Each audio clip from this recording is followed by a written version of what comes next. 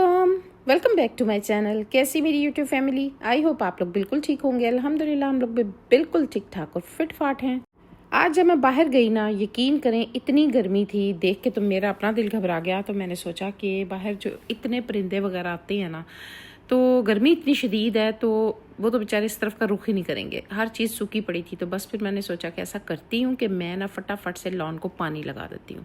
अच्छा, पानी लगाने से क्या होता है कि इतने परिंदे आते हैं, दाना वैसे ही मैंने डाला हुआ होता है उनका, तो वो बड़ी चूँ चूँ चूँ चूँ शुरू हुई होती है उनकी। वैसे एक बात बताऊँ, लॉन में पानी लगाते हुए ना मेरा वैसे भी जहन बड़ा ही फ्रेश हो जाता है। पता नहीं क्यों, यानी पौधों को देख के ना एक अजीब सी वाइब आती है मुझे, बड़ी मतलब पुरसकून हो जाता है इंसान का जहन। भाई मैंने तो बड़ा नोट किया है कि जहन आपका अपसेट है, आप परेशान है थोड़ा सा भी ना, तो आप लॉन में आ जाएं, अपने बैठ जाएं, आप फ्रेश हो जाएंगे। लॉन नहीं है तो कोई बात नहीं, आपके घर में पौधे हैं, गमले रखे हुए हैं, हर किसी ने रखे होते हैं, उनके पास बैठ जाएं, जहन आपका फ्रेश हो जाएगा। अच्छा, शाम टाइम हमारा माली आता है, लेकिन मेरे हस्बैंड ने कहा गर्मी जितनी शदीद पड़ रही है ना, तो हर चीज़ सूख मुक जाएगी, तो इसलिए ना इनको सुबह के टाइम थोड़ा पानी वगैरह लगा दिया करो। तो बस मेरी आदत बनी हुई है कि मैं बैक लॉन में भी और यहाँ पे भी ना दोनों तरफ मैं पानी शानी अच्छे से लगा देती हूँ, ताकि ये बेचारे ना जिंदा ही रहें। और ऊपर देखें, यानी दरख्त की भी टनियाँ शनियाँ सूख गई हुई हैं। पानी लग जाता है ना जब इनको, ऐसे जैसे जान आ जाती है इनके अंदर, तरोताज़ा हो जाते हैं। और मैं इस मौसम में, यानी ये जो गर्मी का मौसम चल रहा है ना, पिछले माह भी जो मौसम था, तो उसमें मैं क्या करती थी कि लॉन को ना अच्छे से पानी लगा के भर देती थी। और मैंने ना जगह जगह पे रखे हुए हैं अपने परिंदों के लिए ना, ये जिसमें पानी डाल के बाउल रखे हुए हैं। तो जब इसमें पानी डाल देती हूँ ना, तो बड़े ही ज़्यादा परिंदे आते हैं, पानी पी लेते हैं। बैक पे भी रखे हुए हैं, सामने यहाँ फ्रंट पे भी रखे हुए हैं, और दाना वगैरह भी डाल देती हूँ। तो माशाल्लाह इतनी रौनक हो जाती है। भाई ये सच में आपको ये परिंदे, ये पौधे अकेला नहीं छोड़ते हैं। माशाल्लाह माशाल्लाह, इससे बड़ी ही यानी एक अच्छा सा जो है ना एक माहौल हो जाता है, और आपको बड़ा सुकून फील हो रहा होता है। जब ये सारे काम करके मैं अंदर आई ना, तो थोड़ी ही देर बाद मुझे ना इतनी खूबसूरत आवाज़ें आने लग गई परिंदों की, कि मैंने सोचा मैं आपको दिखाती हूँ कि देखें आप लोग भी सुने कि कितनी अच्छी आवाज़ें इनकी आ रही हैं। और पानी लगने की वजह से और ज़्यादा जो है ना परिंदे आए।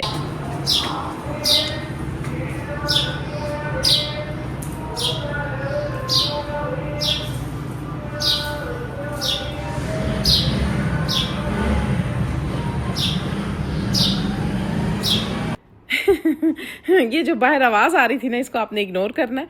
और सुना कितनी खूबसूरत आवाज़ें आ रही हैं। तो बस मैं तो भाई इन्हीं आवाज़ों से जो है ना मुझे बड़ी खुशी मिलती है, बहुत ज़्यादा। मैं अपने आप को ना एक काम फील करती हूँ कि बड़ा मज़ा आता है मुझे। खैर जी, ये सारे काम करने के बाद मैं आ गई किचन में, और आज मुझे बनानी थी स्पेशल चीज़। अब स्पेशल चीज़ क्या है? मैं बना रही हूँ माश की दाल, और रात को बनाऊँगी 7 पकौड़े। मैंने आपको पहले भी बताया, जब हमारे घर माश की दाल बनती है ना, तो मेरे हस्बैंड कहते हैं कि भाई साथ में पकोड़े लाजमी बनाया करो। उनको पकोड़े बहुत अच्छे लगते हैं, तो इस वजह से मैं लाजमी पकोड़े बनाती हूँ। अब तो भाई हमारे घर में ये ट्रेंड बन गया है कि माश की दाल के साथ पकोड़े, और हरा धनिया, अनारदाना और लहसुन की 1-2 पोटी इसकी चटनी, बड़े ही मज़ेदार सी, यकीन करें ये डिश बन जाती है। कभी ट्राई करना, खा के देखना, बहुत मज़ा आता है। और साथ में अगर मज़ेदार सा सैलड हो जाए तो बस फिर तो और ज़्यादा मज़ा आ जाता है। खैर जनाब, यहाँ साथ साथ आप लोगों के साथ काम भी करती जाऊँगी, और साथ साथ गप्पे शप्पे भी लगाते हैं, कुछ बातें चीतें करते हैं। क्या ख्याल है?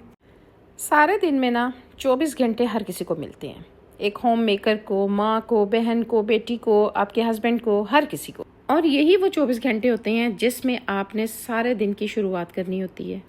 लेकिन एक होम मेकर के लिए ना टाइम मैनेजमेंट एक डेली चैलेंज होता है। भाई किसी को नज़र आए या ना आए, लेकिन एक होम मेकर के कंधों पर बहुत बड़ा बोझ होता है, पूरे घर का। यानी वो हर काम बड़ी खुश असलूबी से कर रही होती है। घर चलाना ना आसान नहीं होता, और जब जहन परेशान होता है ना, तो हर काम बोझ लगने लग जाता है। तो सोचा आज इसी टॉपिक पे बात करते हैं। टाइम मैनेजमेंट के साथ अपने जहन को पुरसुकून रखने के लिए आपको क्या क्या करना पड़ता है। मेरे लिए ना सबसे बड़ी बात पता क्या होती है, कि सुबह के वक्त को ना कामली शुरू करें।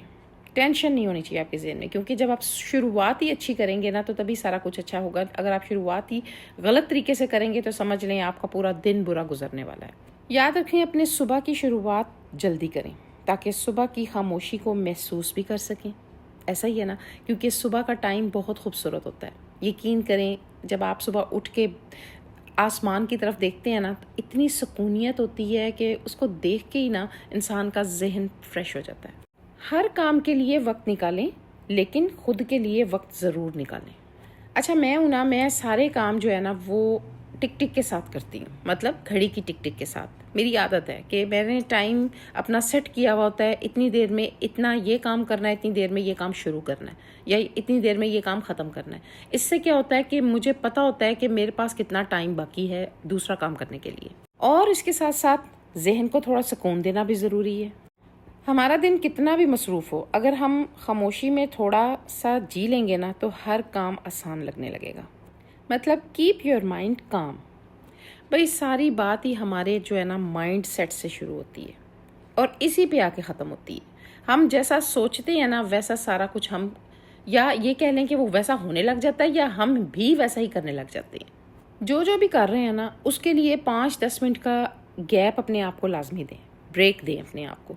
मैं तो भाई इसी तरह करती हूँ, काम साथ साथ कर रही होती हूँ लेकिन थोड़ी देर के लिए अपने आप को ब्रेक लाजमी दे लेती हूँ। इससे क्या होता है कि मैं फ़्रेश हो जाती हूँ।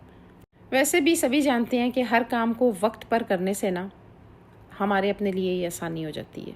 वैसे अभी तक जो मैंने अंदाज़ा लगाया ना वो यही लगाया कि सारे का सारा जो चक्कर है ना वो टाइम मैनेजमेंट का है।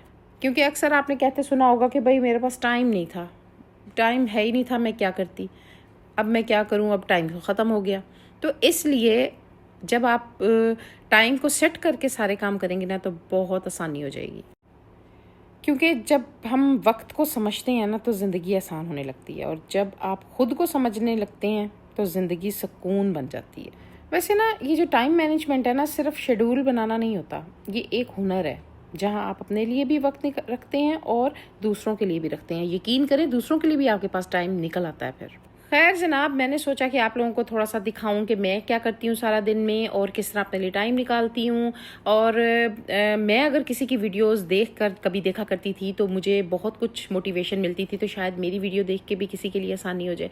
तो बस दूसरों के लिए आसानियाँ पैदा करें, अल्लाह ताला आपके लिए भी आसानियाँ पैदा करेगा।